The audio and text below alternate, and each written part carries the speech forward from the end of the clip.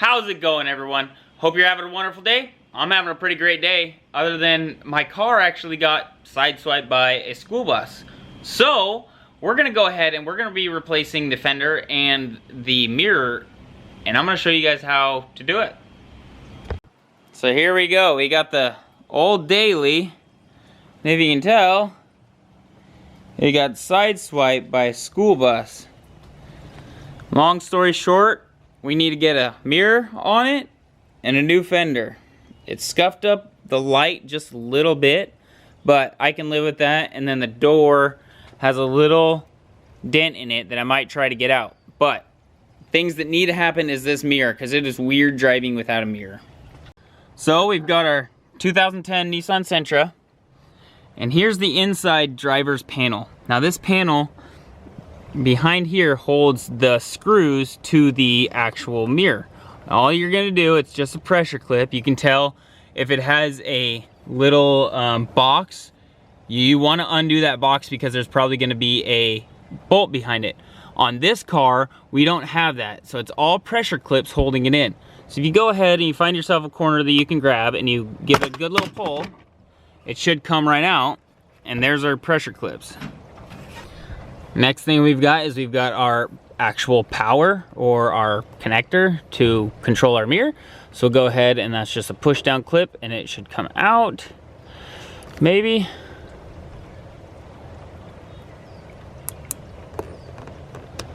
With the mirror missing on the other side, it makes it a little harder, but just push down on the top right here.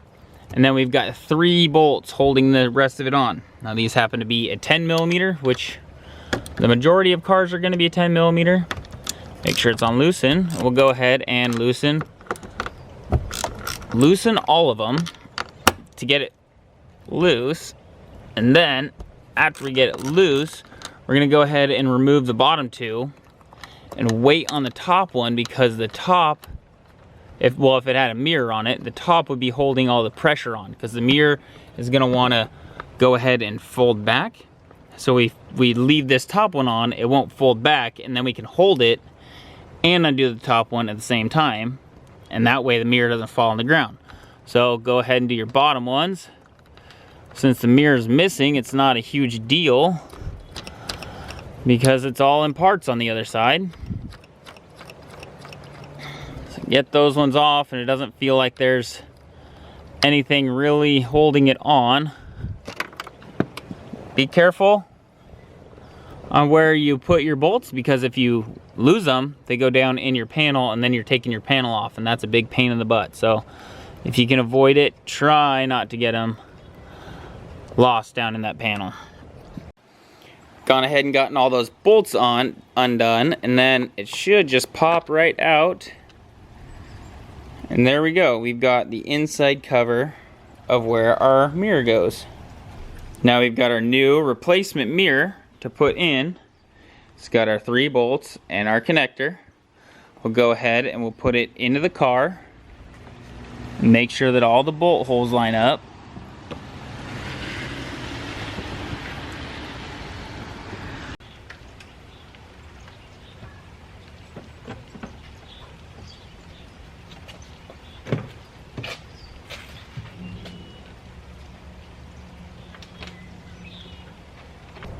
So we've got all 3 bolts started, and I'm just gonna go ahead and get these snugged down to where I start feeling some tension on it.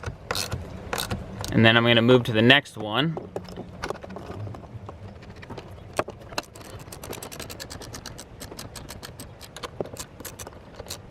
So now that I've got them all snugged down, I'm gonna go ahead and give them a little bit of a turn to tighten it. Make sure that it's got a nice even load on all 3 of these bolts. And then lastly, just plug in. Now that we've got all of our bolts installed, make sure that these pressure clips are pushed back in, because they can actually slide out of this little holder. So make sure they're all in the right spot, and then you can go ahead and line your panel up. Start clicking it in. Push all the way around. Make sure that it's really in there. And now they're done and installed. Last and final step is to go ahead and start the car, figure out where your mirror needs to be, and then that's it. They're pretty easy actually, with all things considered. Some can be a little more difficult with that. The biggest part is the panel. The very first panel that you have to take off to access the bolts. That can be kind of a pain sometimes. So be careful with them, especially on older vehicles, because those clips like to break. So take your time with it, make sure that it goes smoothly, and you shouldn't have any problems. You can always buy more of those clips online. They're really, really cheap, but avoid buying them if you take the time. Now, we'll go ahead and adjust this mirror and make sure it's pointing in the right direction. So we had to turn the key to the accessory, and then we'll go ahead, and if we push our mirror right here, we can see it moving. Cool, now we'll switch.